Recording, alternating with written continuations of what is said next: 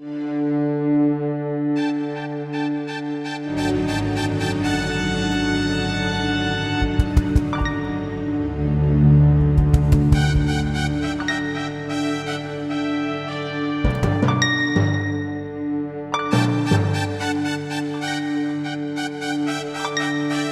guerrilheiro urbano é um homem que luta contra uma ditadura militar com armas, utilizando métodos não convencionais. Um revolucionário político é um patriota ardente. Ele é um lutador pela libertação do seu país, um amigo de sua gente e da liberdade. Carlos Marighella, Manual do Guerrilheiro Urbano.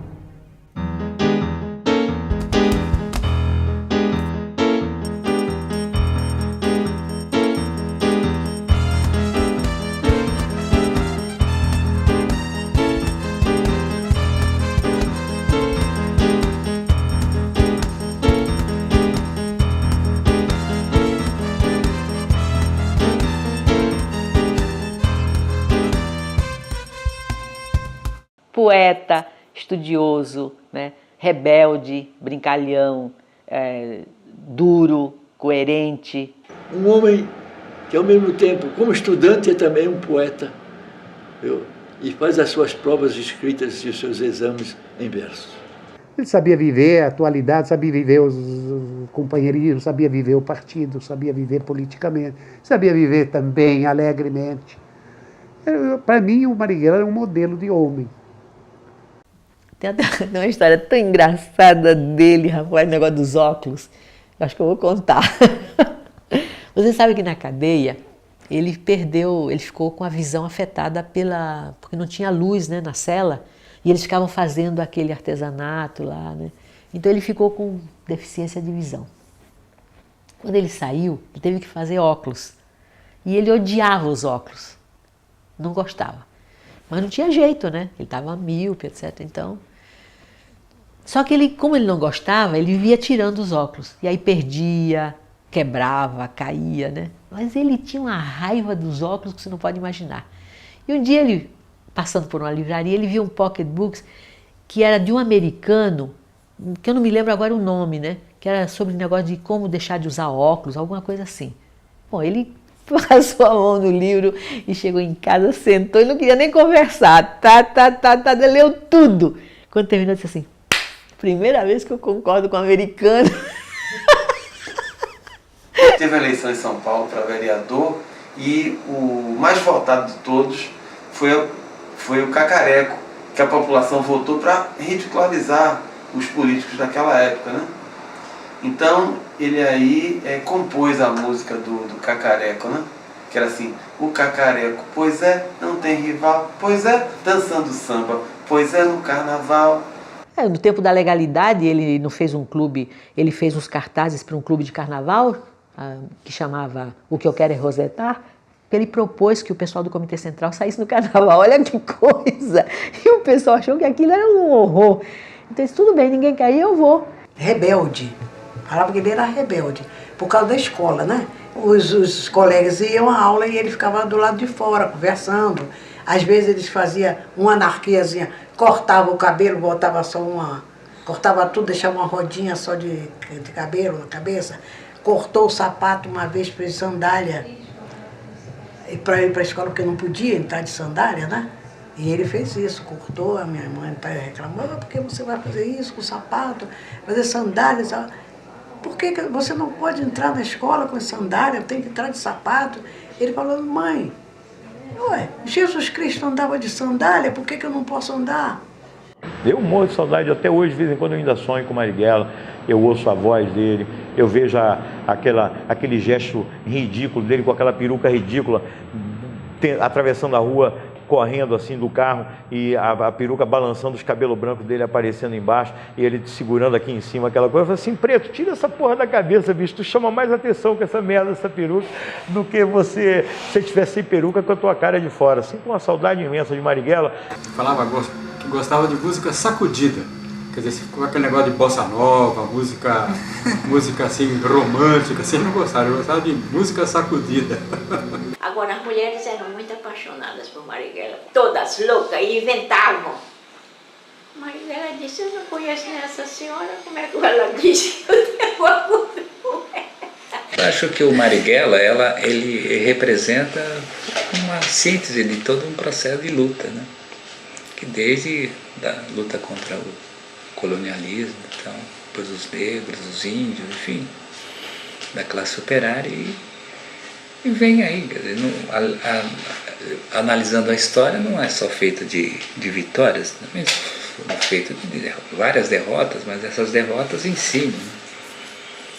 Nós não estávamos prontos para vencer, isso está claro, mas deixamos uma marca, né? Um exemplo, enfim, eu acho que é isso. Afinal de contas, quem é você, Marighella? Que dá sua vida por tudo isso. Quem é você? Ele dizia, quem sou eu? Um mulato baiano. Quem sou eu? Sou apenas um mulato baiano. Poucas imagens retratam a vida desse baiano que nasceu em Salvador em 5 de dezembro de 1911. Estudou engenharia sem concluir o curso. Fez serviço militar. Forjou-se rebelde na Rua do Desterro número 9, onde nasceu, na Baixa do Sapateiro, onde viveu. Aderiu ao Partido Comunista em 1932. Ei, Brasil africano! Minha avó era negra alçá. Ela veio, foi da África, no navio negreiro. Meu pai veio, foi da Itália, operário imigrante. O Brasil é mestiço, mistura de índio, de negro, de branco.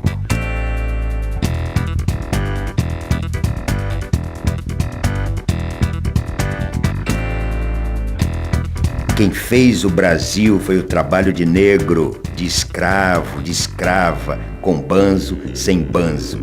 Mas lá na senzala, o filão do Brasil veio de lá, foi da África.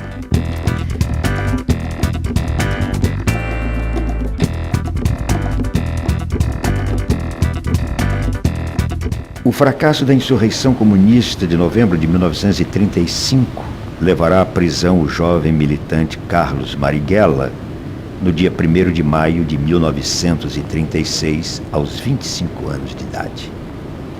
Foi barbaramente torturado durante 23 dias pela polícia do Estado Novo. Minha mãe sonhava muito, né? Sonhou que ele estava com os pés todo queimado, né? Aí escreveu para ele, perguntando se ele estava... Ele mandou dizer que não tinha nada de queimadura, não tinha nada disso, não tinha tortura nenhuma. Mas foi torturado muitas vezes, né? Aí a minha mãe, quando ele chegou lá em casa, que ele estava dormindo, a minha mãe ia olhar os pés dele, para ver, tinha marcas de queimadura mesmo. Aí minha mãe chorava tanto. Queimaram a planta dos pés dele, enfiaram agulhas debaixo das unhas, coisas terríveis. E ele resistiu a tudo. Ele era tipicamente o homem do partido. Da época. O que significa da época? São os homens da resistência francesa, sabe? São os dirigentes políticos comunistas da América Latina que, com a maior facilidade, davam a vida pelo povo. Esse era, não tinha... Era o tipo do homem da época, o quadro político comunista característico da época. É um sedutor de militância, extremamente querido entre os militantes, né? E eu nunca ouvi falar de militantes que estivessem em choque com Marighella em toda a sua trajetória. Aquela pessoa que aceitava que a gente contestasse. Ele podia até responder a essa contestação. Porque ele dizia, por que nós falamos em crítica e autocrítica e não deixamos as pessoas criticarem? A queda da ditadura de Vargas e o fim do Estado Novo levarão por um curto período o Partido Comunista à legalidade. Marighella será eleito deputado constituinte, onde foi um dos mais ativos parlamentares. Essa a nós a certeza, e ao povo brasileiro também, de que conseguimos sair do regime dos decretos-leis, que conseguimos sair do regime da opressão, conseguimos sair do regime do arbítrio dos ditadores e do arbítrio pessoal da vontade de um só homem. Resta agora que trabalhemos organizadamente. todos nós, o povo todo o proletariado, que os trabalhadores procurem organizar-se sindicalmente, que o Congresso Sindical dos Trabalhadores possa cumprir as suas finalidades e que, com uma Confederação Geral de Trabalhadores do Brasil, possamos fazer com que esta Constituição, que foi votada numa Assembleia Constituinte, cujos poderes emanaram do povo soberano, possamos assim fazer com que ela seja cumprida e com que seja defendida intransigentemente por todos aqueles que compreendem que o que nos resta é marchar a passos largos para consolidar a democracia em nossa pátria.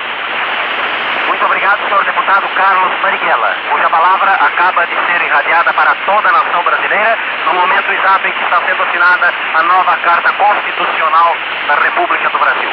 Quando ele saiu e foi eleito deputado federal, ele foi no parlamento um revolucionário. Ele usou o parlamento como trincheira de debate, que era a forma de agir naquele momento. Quando voltamos, encontramos um partido comunista legal, anistia, né? Pré-senador, 16 deputados, câmaras de vereadores com maioria de vereadores comunistas, como em Recife, como em Santos, como no Rio de Janeiro e tudo mais, e uma sede legal do Partido Comunista, né? Coisa muito diferente, né, que vamos encontrar.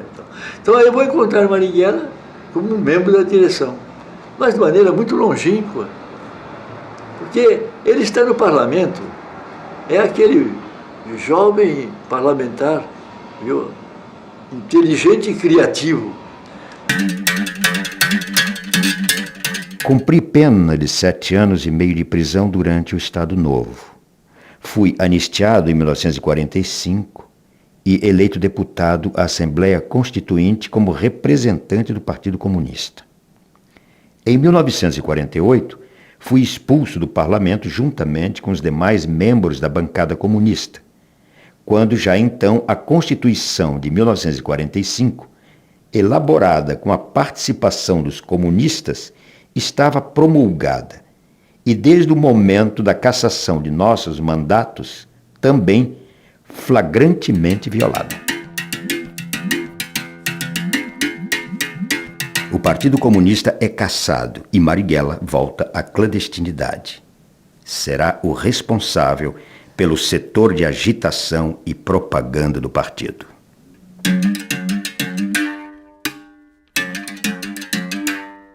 Na clandestinidade, vai viver com a militante comunista e aeromoça Clara Scharf, companheira até o final da vida. Na circunstância da clandestinidade, ele com mandato de prisão e eu também, não podia, né? Então a gente teve que... A gente considerou que aquilo era um casamento legítimo, que era o casamento do amor, né? Então não tinha papel nenhum. Mas quem disse a você que tinha fotografia?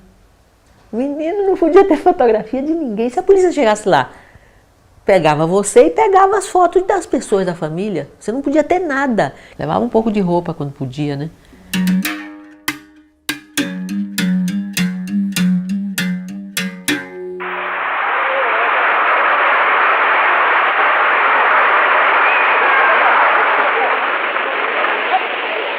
Prometo manter, defender e cumprir a Constituição da República, observar as suas leis, promover o bem geral do Brasil, sustentar-lhe a união, a integridade e a independência. Nós só ficamos legais, pode-se dizer, porque a gente viveu com o nome verdadeiro, exatamente nos meados do governo do Juscelino. Aí é que a gente alugou um apartamento no Rio, e ele se chamava Carlos Marighella e eu me chamava Clara, né? Porque até então era tudo nome trocado. Durante os anos de semi-legalidade, o direito de participar de uma festa em família ou frequentar os amigos dão gosto à liberdade.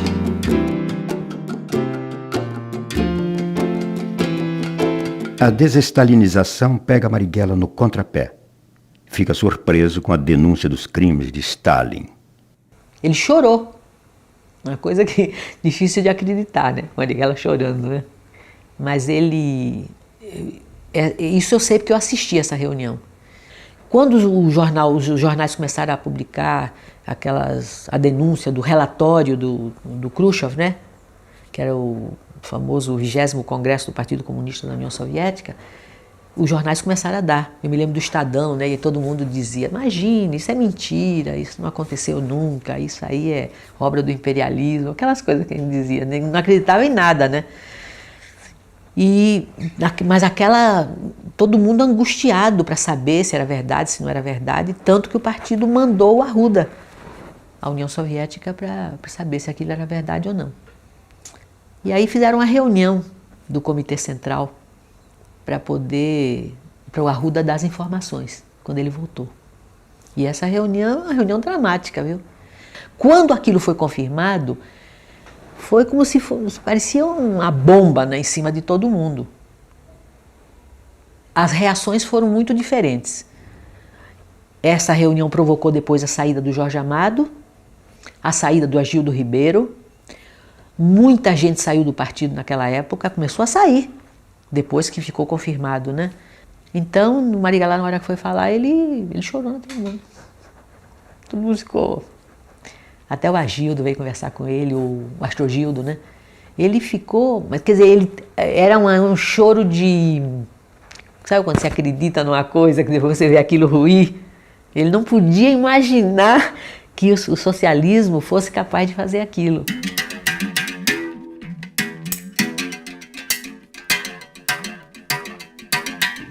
O PCB contava com o seu fortalecimento no quadro das forças que apoiavam Jango, o que lhe daria a recuperação do estatuto de partido legal, que ele ainda não conseguiu ser, e de aumentar, é claro, a sua influência, que naquele período, naquele momento, era grande no meio da esquerda, digamos, de inclinação mais revolucionária.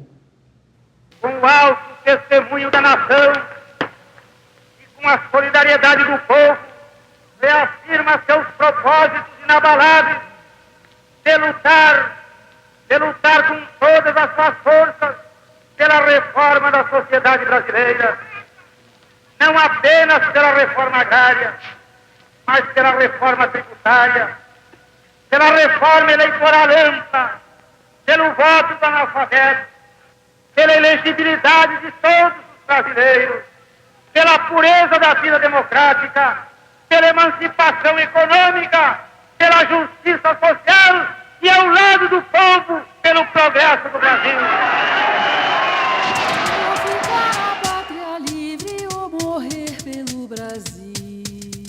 O golpe de 64 instalou-se no poder com a marca da maldade. Já no 1º de abril, primeiro dia do golpe, o dirigente camponês e ex-deputado constituinte pelo Partido Comunista, Gregório Bezerra, foi arrastado pelas ruas de Recife, humilhado, espancado e preso. Em maio de 64, policiais vão prender Marighella num cinema no Rio de Janeiro. Marighella resiste, reage. Recebe um tiro no peito. Quando é libertado, visita os jornais para denunciar a violência. Escreve o livro Por que Resisti à Prisão.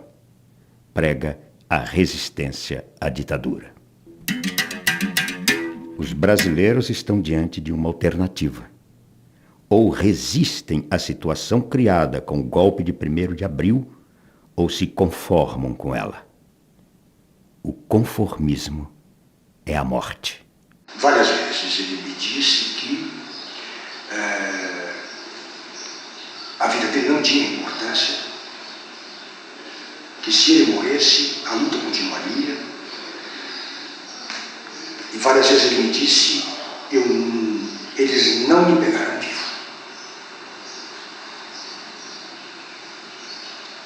E ele citava sempre o fato de que ele tinha, já a primeira vez, logo depois, ele insistia muito nisso, né? Que a atitude que ele teve quando tentaram prender logo depois do golpe de Estado de 64, a atitude de tentativa de resistência à prisão, que ele quis dar ali um exemplo. E esse exemplo se dirigia aos seus companheiros do partido, que era preciso resistir à ditadura. Mas resistir resistindo. Sou comunista. Sou dirigente comunista. Não me abdicarei jamais de minha condição de comunista. Esse direito eu o tenho assegurado pela Constituição. Não há força humana que me possa afastar do ideal que abracei. É uma questão de convicção. Minhas ideias estão expostas em artigos e trabalhos escritos. São coisas públicas e legais, do conhecimento de todo o mundo, obviamente também da polícia.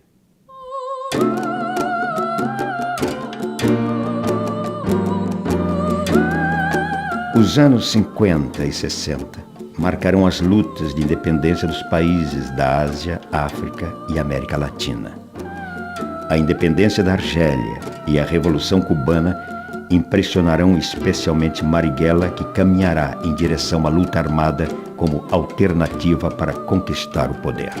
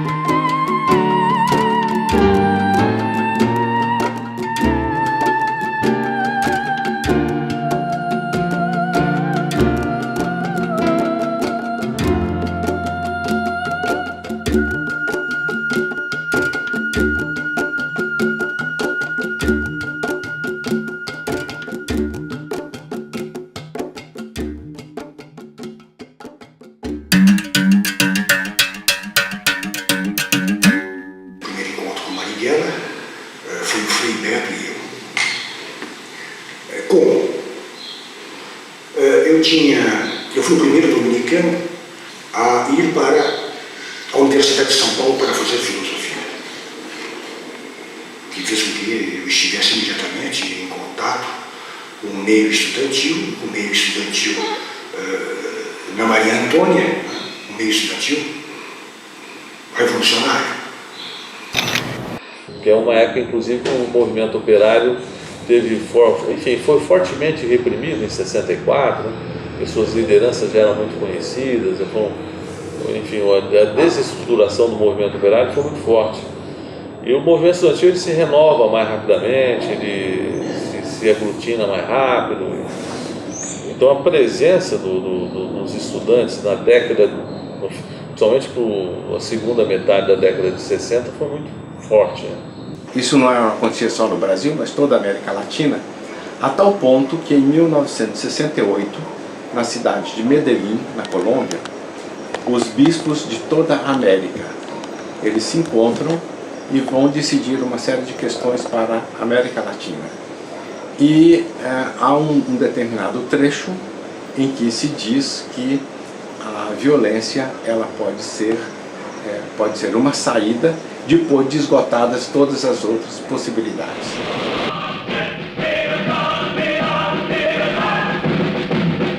No hay duda que la ola se ha vuelto muy importante. Nos encontramos sentados frente a Marighella, nos hable acerca de la situación actual en su país. Há várias organizações, agrupamentos, correntes e forças outras que defendem uma posição revolucionária, que estão dispostas a ir à luta armada, que têm a convicção de que o caminho brasileiro para a salvação de nosso povo é a luta armada e que podem realizá-la. O que é necessário é passar à ação, fazer com que essas forças se coordenem no mesmo sentido e que passem ao desencadeamento da luta, que se preparem, que vão, portanto, à área rural, que é onde nós podemos no Brasil desenvolver a luta, que pode ser apoiada pelos trabalhadores, por todo o povo dentro das áreas urbanas e, nesse sentido, marchar para conseguir a vitória, que no Brasil só podemos conseguir realmente se juntarmos esse nosso esforço ao esforço de todos os outros povos latino-americanos. Y nuestro saludo a los que en Vietnam, o en Venezuela, o en Guatemala, o en Colombia, o en Bolivia luchan con las armas en la mano, invencibles contra los imperialistas. Volta de Cuba e da Conferência da OLAS e o Comitê Central se transforma no tribunal contra ele. Os elementos mais próximos dele, somos muito poucos, né? Os 6 a 7, né? Dependemos de Marighella de maneira muito ardente, né? Mas ele é afastado do Comitê Central, né? Sem ser afastado do partido, né? E nesse momento ele já prepara a luta armada numa organização independente. Inicialmente ele colocou a Clara na minha casa, na nossa casa, né? A Clara. E depois, posteriormente, eu aluguei um apartamento na Martim Francisco, onde também ele ficava sozinho, né? E às vezes eu ia pegá-lo e eu levava até a minha casa, que era na São Vicente de Paula, onde eu morava com minha mulher, minha filha. O outro apartamento era só um aparelho, né? Às vezes eu levava minha mulher, minha irmã, coisa assim, para o porteiro de noite pensar que era apartamento de viração, porque senão ficava um homem entra e sai sozinho, fica um negócio meio apartamento pequeno, sabe? Era quarto, sala, né? Eu não sei, ele usava uma peruca simplesmente horrível, né? Ele pegou uma peruca de mulher, cortou, né? Quer dizer, de noite não dava para ver, mas de dia realmente era Foi a sua irmã que cortou. Apesar de que ele andava mais, era de noite mesmo, né? Só fazia os pontos andando, né? Exatamente para não... Porque a pessoa andando cruza, não chama atenção, né? Como a pessoa fica parada, o outro fica olhando. Conversava de música, sei lá, conversava de poesia. Ele gostava muito de fazer, né? Ele gostava do Castro Alves, ele ficava conversando assim. Não fazia grandes discussões políticas, né? A gente fazer uma conversa leve, né? Marighella torna-se uma sombra sem imagens. Vai recrutar jovens estudantes e velhos comunistas para organizar a Ação Libertadora Nacional, ALN. Da minha geração que pegou em armas foi fundamentalmente uma luta contra a tirania, contra a ditadura pelas liberdades democráticas. Esse foi um grande fator de unidade do processo. Tanto assim, eu, por exemplo, nunca fui comunista. Claro que nós estudávamos, líamos o Marx, Engels, todos os Guerra, enfim, Ho Chi Minh, tudo que podia ser. Che Guevara foi um grande inspirador, né, da maioria dos companheiros nossos, né? Mas não havia, por exemplo, o nosso grupo não tinha uma formação, não foi uma dissidência do Partido Comunista como foi o Marighella, né? Olha, o grande embate da esquerda na época, as grandes diferenças, né, das organizações, estava exatamente nessa questão estratégica. Alguns acreditavam que o momento era para uma revolução socialista e outros acreditavam que o momento era de libertação nacional, mais nacionalista, com a possibilidade de integração, né, de forças anti-imperialistas, nacionalistas e antiditaduras. E a ILN acreditava nisso, a Marighella acreditava nisso, nós também. Em 67, 68 a gente já está em alguma atuação política, crítica à ditadura, mas vai ser mais 68, início de 69 que vai ter a ligação com o Marighella. Primeiro foi Oswaldo, depois Oswaldo e Beto entraram em contato com, eu acho que chamavam ele na época de Menezes.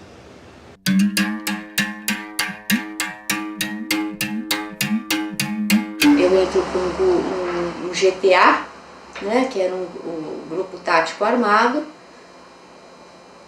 em que a gente começava um treinamento da guerrilha urbana e fazendo pequenas ações. E no final, no começo de 69, a gente já estava fazendo assim ações bastante importantes, ações que abalaram até enfim, a situação política, né? Que ações, por exemplo? Bom, então, além de expropriações, a ação da Rádio Nacional. Fizemos um planejamento de tomar a Rádio Nacional, aqui em São Paulo. Na época era, como é até hoje, uma das emissoras mais ouvidas, de maior audiência, para a divulgação de um manifesto, e o manifesto foi redigido pelo Carlos Marighella, né? Foi uma ação assim que foi um enorme, foi uma convulsão. Todo o pessoal de esquerda ficou maravilhado, achando que realmente a tomada do poder ia ser no dia seguinte, né? E que se anunciava a ida para o campo. Nós dizemos tomar a cidade, queimar os títulos de propriedade do cartório de imóvel lá e tal, e fazer aqueles discursos e distribuir panfletos, e o ano da guerrilha rural anunciado e tal, né? Eu cheguei a fazer um curso no Parque da Água Branca para aprender a curtir couro, né? A gente fez um curso também parece brincadeira, de criação de coelho, né? De conicultura, mas você juntando uma coisa a outra, juntando o curso de curtir couro com o curso de coelho, ajudaria muito, isso na nossa cabeça, né? A gente imagina, a visão romântica de que pelo menos sem sapato nós não ficaríamos, né? A gente teria como, saberia fazer, então era esse tipo de aprendizado que a gente tinha. Todas as armas que o Lamarca tirou de Quitaúna ficaram comigo. Tem um quarto do porão, na garagem do edifício, guardava aquelas malas, as malas dos condôminos, dos proprietários, que é o edifício de classe média alta, né? E nesse mesmo quarto estavam todas as dinamites. Nós chamávamos farinha de rosca, porque parecia, dá a impressão. Aliás, depois que eu saí, muito tempo depois, quem foi buscar essa dinamite, nós tiramos de lá e levamos para uma chácara, foi a Guiomar. Deixa eu te entregar. A Guiomar e Câmara Ferreira, Toledo. Minha primeira ação foi expropriar essa farinha de rosca aí. Foi a ação da Rochester, Sabaúna, que era uma pedreira que tinha autorização de usar dinamite, mas eles extrapolavam dessa permissão e fabricavam dinamite lá. E um belo dia a gente teve essa informação, um belo dia nós fomos lá com um mandado de prisão, de busca e apreensão, né, assinado por um juiz chamado Carlos Marighella.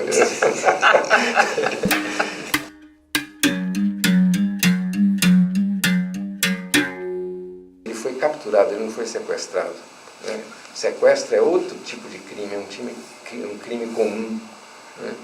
O que nós fizemos ali com ele foi nós capturamos um embaixador de um país aliado e até mais do que aliado de uma ditadura que oprimia a gente. Então nós não participamos do sequestro. E por necessidade militar da ação, nós o capturamos embaixo no Botafogo, subimos logo em seguida um morro na Tijuca, né, para poder fazer a mudança de carro. E lá em cima ainda estava se construindo, tinha muita mata ainda, tal. Lá em cima ele ficou preocupado em ser assassinado, em morrer ali. E teve uma reação que foi a pior possível, que foi a de tentar desarmar o companheiro que estava do lado dele, que era o Vigílio. Estava eu e o Vigílio imobilizando ele, né? Ele segurou na arma do Vigílio e começou a se engalfinhar ali, e o desfecho daquilo não ia ser boa coisa, eu raciocinei. Podia ter um tiro acidental ali, lógico, né? Que é frequente nesse tipo de situação. Então eu tive que dar uma coronhada nele para que ele caísse na real, pusesse o pé no chão, né? E eu fiz isso, eu dei essa coronhada nele, ele, na hora ele parou e percebeu, e aí a ação se desenvolveu naturalmente. Pois bem, na casa ele me pediu desculpa por ele ter tido aquela reação, é que ele não sabia que nós éramos o grupo que ele estava constatando ser. Não existiu aquela tensão de quem vai matar o embaixador, não existiu aquilo. Por que que não existiu? Porque a ação nasceu vitoriosa. A primeira das exigências da ação era a quebra da censura da ditadura e a divulgação do nosso manifesto. E nós estávamos ainda no percurso, indo para casa, o manifesto já estava sendo lido. Quer dizer, antes de nós chegarmos na casa, ou no momento imediato da chegada à nossa casa, nós já sabíamos que a ação tinha sido vitoriosa. Demorou 4 dias em função de toda a tramitação, de toda a negociação que foi sendo feita, né? Da divulgação da lista, do atendimento de outras exigências, enfim. Foi um tempo natural da ação, mas ela foi vitoriosa a partir do primeiro momento. Então não se discutiu nunca a hipótese de matar o embaixador, de a gente ser derrotado naquela ação. E aí isso chamou a repressão e nós não tínhamos força para aguentar essa. E você pode ver o que o sequestro do embaixador americano foi a gota d'água. Joaquim Câmara Ferreira, o Toledo, era favorável e defendeu isso. Ele falou, então faz. Agora, evidentemente, Marighella tinha uma grandeza política que a partir do momento em que a ação foi feita, ele apoiou a ação. Né? É uma ação da nossa organização, ele apoiou e conclamou a organização a apoiar. Mas ele defendeu isso, e eu ouvi da própria boca do Marighella que não era momento de se fazer uma ação como o sequestro do embaixador americano que ia assodar o poder contra nós. E foi o que aconteceu. Não é bem assim. Porque ele chegou na reunião realmente criticando a ação, criticando alguns aspectos da coisa. Quais, por exemplo? Ele não está sabendo, o primeiro deles. Ele e a organização não está sabendo, a organização como um todo não está sabendo. Por quê? Porque nós tínhamos uma série de companheiros no Rio de Janeiro que não estavam avisados e que foram pegos de surpresa. Realmente foi um erro não ter falado. Ele estava correto nesse tipo de crítica, né? Então a crítica dele era parcial. E outra, a importância da ação, e ele também como comandante não está sabendo. Mas aí nós argumentamos com uma única coisa, nós argumentamos com Carlos Marighella, né? Nós falamos, olha, ninguém precisa pedir licença, ninguém para fazer um ato revolucionário. Né? E aí, que é uma máxima dele, né? E na hora ele concordou realmente. Ele fez uma série de críticas, né, ao processo e uma visão que tinha que tirar a organização da cidade, né? Tinha que ir para aquilo que era a proposta, que eram os focos insurrecionais, né, no campo, e ao mesmo tempo voltar a organização para a luta operária, para a luta estudantil, né? Ele até reestruturou, né? Eu lembro que nesse momento ele me deu uma incumbência que era a organização operária, né? Ele colocava muita esperança nos quadros que estavam sendo treinados fora, né? E tinha preocupação de retirar todo mundo daqui que estava queimado, né? Já estava identificado, colocar para fora para fazer treinamento e depois retomar o processo no campo. Cadê o jornal? Eu lembro bem disso, né? Não tem um jornal? Cadê um jornal? Que revolução vocês estão fazendo? Vocês não têm nenhum jornal. Era a forma dele dizer, vocês se afastaram da luta política, vocês se afastaram desse convencimento, né? Nós fundíamos gente, nós arrumávamos dinheiro para o pessoal viajar, conseguimos condução para o pessoal viajar, né? Ajudávamos pessoas que precisavam de tratamento médico e enfim, tudo isso a gente conseguia. Mas isso aí, digamos assim, eram tarefas necessárias, mas não eram as tarefas primordiais. A tarefa primordial era de preparar o cristão, né, um grupo de cristãos para a militância revolucionária. Quando o GTA caiu, Marighella ficou extremamente preocupado com a situação. Ele ficou muito abalado. Por quê? Porque o GTA estava se preparando, era o grupo melhor treinado e era o grupo que estava se preparando para ir para o campo. Então ele sabia que a cidade tinha uma situação muito complicada em que a gente estava cercado e não tinha como sair desse cerco. Esse foi o primeiro erro, foi a primeira vez que a gente cometeu esse erro de falar pelo telefone, porque a gente jamais falava pelo telefone do convento. Nesse dia, por milhares de razões, não foi possível telefonar de outro lugar, e aí nós, como é que a gente chama isso? Estou esquecendo o nome, quando a gente comete um erro de segurança. E a gente marcou por telefone encontrar com um amigo nosso, sem dizer o que era, naturalmente, mas marcou uma viagem para o Rio pelo telefone do convento. Então eles nos prenderam no Rio, e aí o seguinte, o Senimar é que tinha a técnica da tortura e do interrogatório. O delegado Fleury, ele queria nomes, nome, dinheiro, aparelho, era isso que ele queria. Ele estava no Rio de Janeiro, ele torturou pessoalmente? Ele foi para o Rio de Janeiro. Ele torturou pessoalmente. Sim, ele sim. E o interrogatório começa com vocês, com essa afirmação, vocês são base fixa do Marighella. E, por exemplo, nós não sabíamos quando é que ia ser um novo contato Marighella conosco. Nós tínhamos tido um contato algo como 15 ou 20 dias antes, portanto não era esperável tão cedo um novo contato, que em geral demorava algo como um mês. Não era regular, não tinha regularidade, mas era em torno de um mês. E eles repetiam muito que, mas vocês vão ter contato proximamente, né? Não, vocês vão ter contato proximamente, porque ele está muito perseguido, está muito acuado, vai procurar vocês, vai precisar de vocês.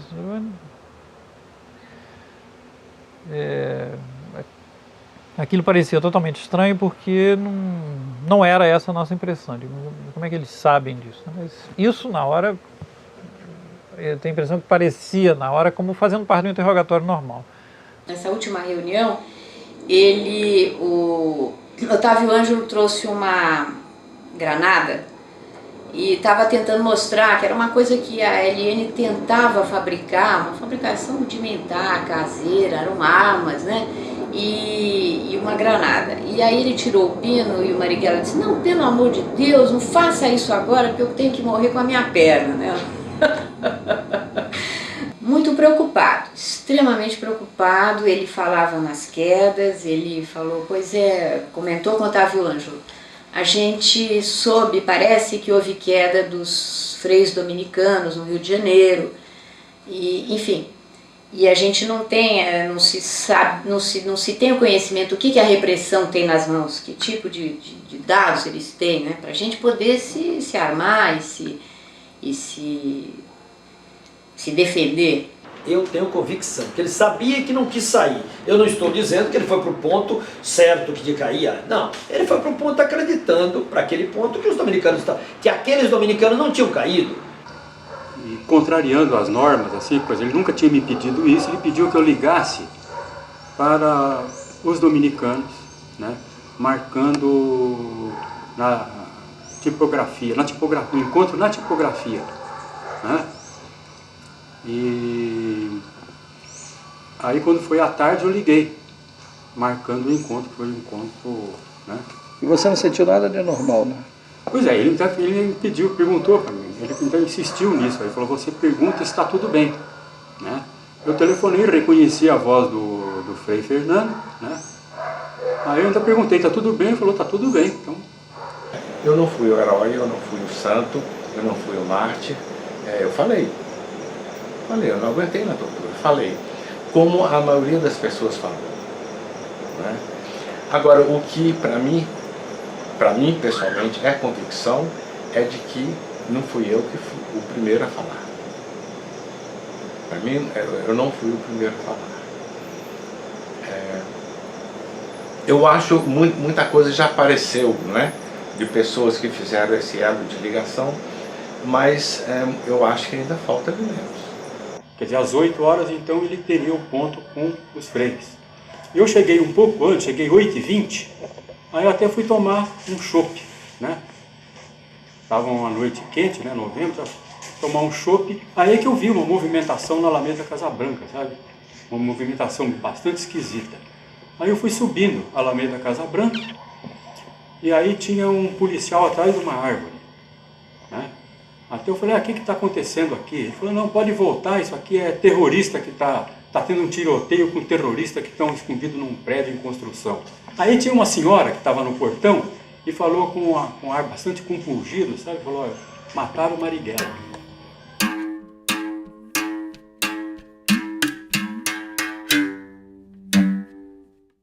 É preciso não ter medo. É preciso ter a coragem de dizer. Há os que têm vocação para escravo, mas há os escravos que se revoltam contra a escravidão. Não ficar de joelhos, que não é racional renunciar a ser livre. Mesmo os escravos, por vocação, devem ser obrigados a ser livres quando as algemas forem quebradas. É preciso não ter medo. É preciso ter a coragem de dizer. O homem deve ser livre. O amor, que não se detém ante nenhum obstáculo e pode mesmo existir até quando não se é livre. E, no entanto, ele é em si mesmo a expressão mais elevada do que houver de mais livre em todas as gamas do humano sentimento. É preciso não ter medo. É preciso ter a coragem de dizer.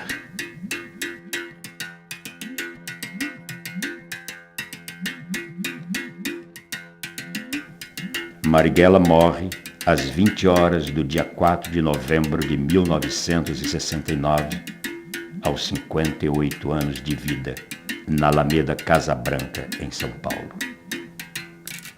As únicas imagens em movimento de Carlos Marighella até agora conhecidas registram Carlos Marighella morto.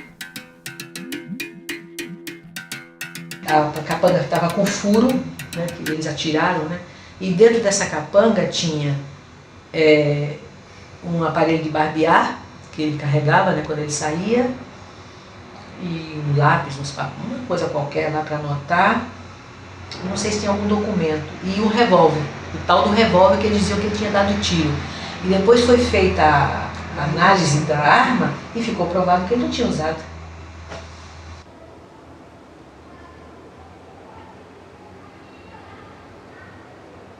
Algo como um poço sem fundo, né? A minha sensação, né? Assim, falando emocionalmente, era que eles terem pego o Marighella, por exemplo, quando eu fui preso, eu pensava assim, passam mil coisas pela cabeça, né? Mas passa pela cabeça, mas felizmente eles me prenderam, mas não vão chegar a Marighella, porque não depende de nós não sabemos nada. Bom, então, quando o encontro é marcado, né, e que a gente é levado para lá, eu já estava tenso, obviamente, por mil razões, mas tenso com a possibilidade dele vir mesmo. Então, quando acontece isso, foi assim um desastre, né? Só vivendo no clima da época para a gente... a última coisa que podia acontecer era atingir o Marighella, né? E atingir, né? Através de nós, né? Que a gente serviu de isca mesmo.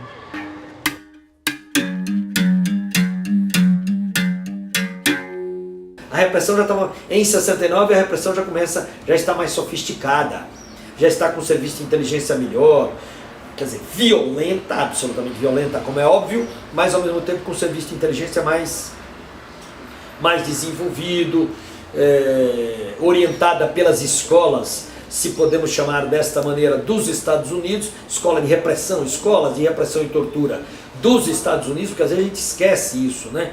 Que a tortura nem é um fenômeno brasileiro. A tortura vem a orientação e o serviço de inteligência dos Estados Unidos, da Inglaterra, da Alemanha e de Israel.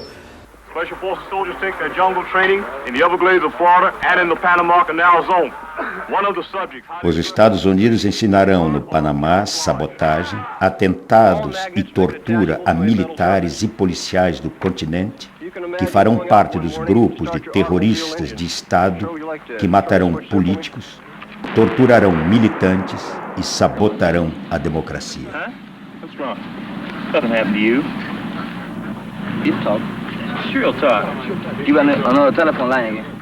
A tortura, ela não é só, ela é moral também, porque eles xingam você de tudo quanto é nome, eles vão dizendo um monte de coisa, eles tentam desestruturar você. Através da tortura física, através do interrogatório, 10 pessoas fazendo perguntas ao mesmo tempo, você não sabe com quem falar, né? E ao mesmo tempo você está levando socos, pontapés, etc. E o choque, principalmente o choque.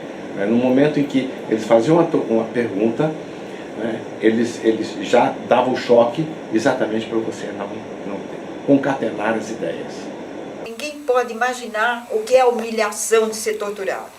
Não dá para imaginar o que é a humilhação de um outro ser humano te olhando e te fazendo mal, te dando um choque no peito cheio de leite. O que leva um cara a fazer isso? Né? O que leva?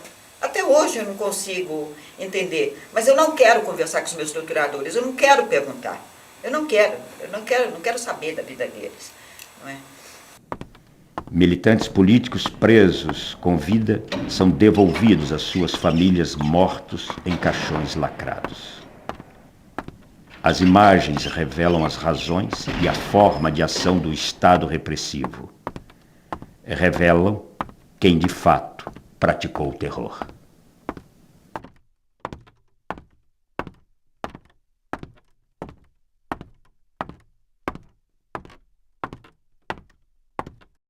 A acusação que faziam a nós, que nós éramos inocentes úteis, dentro daqueles velhos comunistas que nos usavam. Na realidade, muito pelo contrário, porque Marighella estava sempre na linha de frente, né, e demonstrou isso cabalmente. E quem realmente foi inocente útil, que fez o jogo, né, do imperialismo norte-americano, foram os militares que aderiram ao golpe. Quer dizer, nós não, nós sempre...